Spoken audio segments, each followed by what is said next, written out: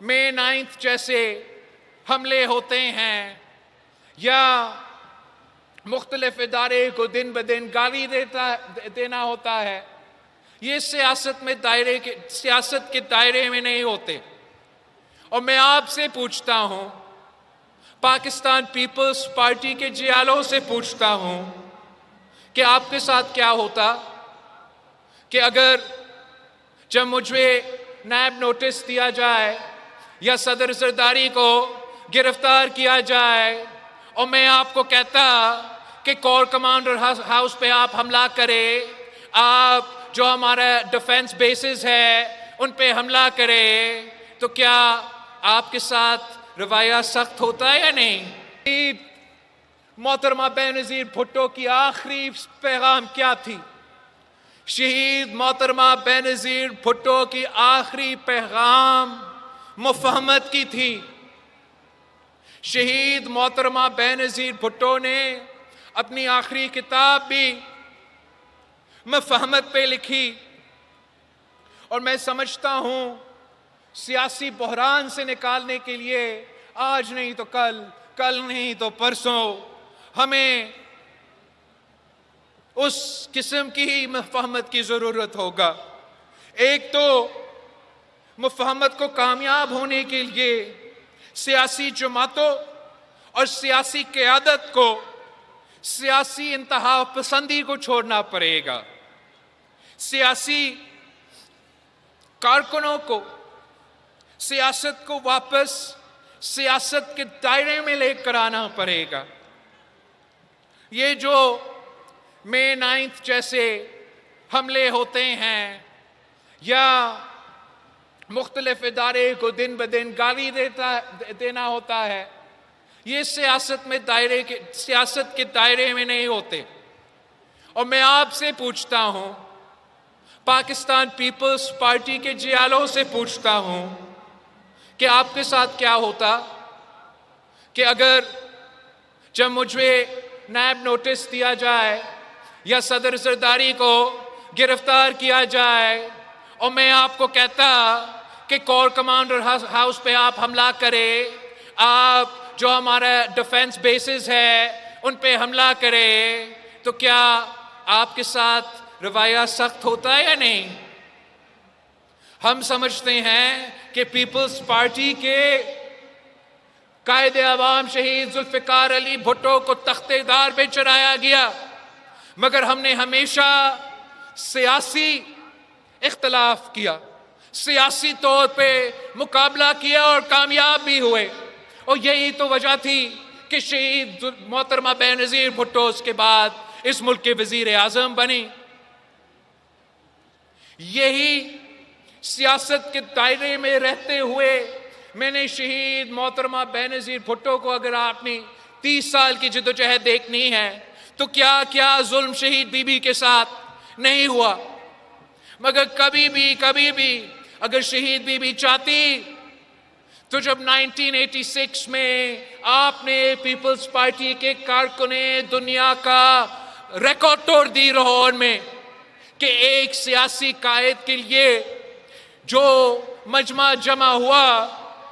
ہم نے سیاست کے دائرے میں رہ کے مقابلہ کیا۔ سیاست کے دائرے میں نہیں رہنا تھا تو شہید بی بی اس وقت کہتی کہ مجھے انتقام چاہیے، بی بی مینار پاکستان میں کہتی کہ ان کے سر لے کر آئے جنہوں نے شہید ذوالفقار علی بھٹو کے پھانسی پہ چڑھایا، تو آپ کیا کرتے؟ مگر یہ سیاست ہمارا سیاست ہی نہیں رہا۔ اس سیاست سے پاکستان کو نقصان ہوتا ہے، عوام کو نقصان ہوتا ہے، اپنی سیاسی جماعت کے کارکنوں کو نقصان ہوتا ہے۔ شہید بی بی نے ہمیشہ اپنی زندگی میں اس قسم کی سیاسی انتہا پسندی کو رد کیا۔ جب ہم پہ سب سے بڑا ظلم، تاریخی ظلم، شہید محترمہ بینظیر بھٹو کی شہادت ہوئی، تو آپ پورے پاکستان میں دیکھے آگ جل رہا تھا، کونے کونے سے نہ کھپے کے نعرے اٹھ رہے تھے۔ اس دکھ میں، اس درد میں، اس وقت میں بھی صدر زرداری نے یہ فیصلہ کیا کہ ہم نے سیاست کے دائرے میں رہ کے مقابلہ کرنا ہے، پاکستان کھپے کا نعرہ لگا کے ہمارا وفاق کو بچایا، ہمارا جمہوریت کو بچایا، ہمارے کارکنوں کو بچایا، اور آخر کار اس عامر کو بھی بھگایا۔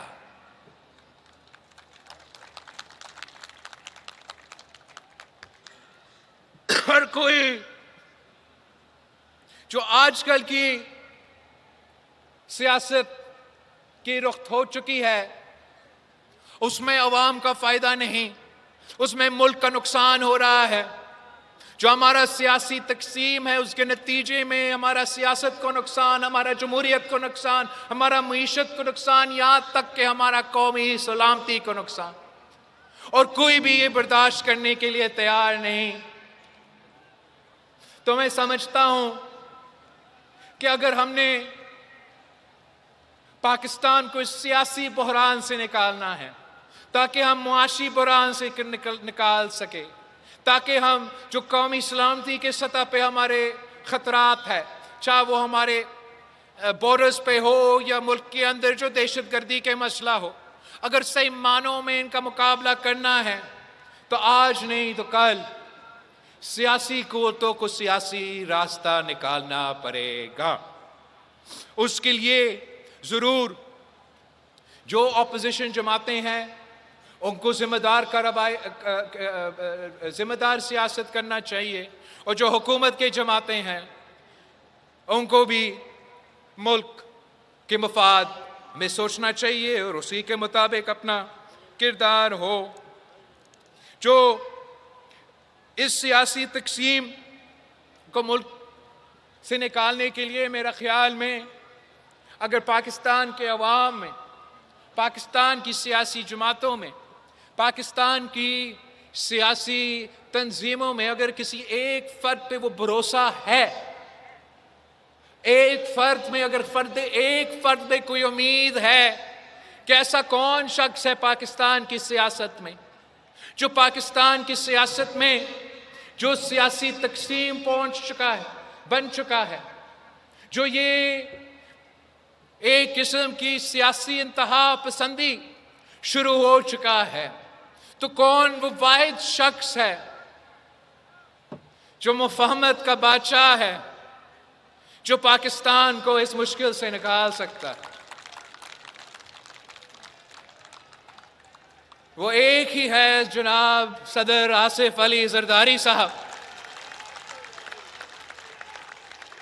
اب یہ کیسے ہونا ہے، یہ کب ہونا ہے، یہ تو ہمارے بڑے ہی فیصلے کریں گے۔ ہم تجویز ہی دے سکتے ہیں کہ ہم سب کو اپنا کردار ادا کرنا پڑے گا تاکہ ہم صحیح معنوں میں پاکستان کی عوام کا خدمت کر سکے، تاکہ ہم صحیح معنوں میں پاکستان کو ویسے ہی اکٹھا کر سکے، یونائٹ کر سکے، متحد کر سکے، جیسے مئی کے جنگ کے دوران پورے پاکستان ایک ہوا تھا۔ تو بھارت کو جس طریقے سے جواب دیا وہ بھی تاریخی طور پہ جواب تھا۔ اب امید ہے کہ پاکستان کو معاشی سمت صحیح کرنا، سیاسی بحران سے نکالنا، عوام کو مشکل سے نکالنے کی جو ذمہ داریاں ہے وہ بھی ہم سب مل کے کریں گے۔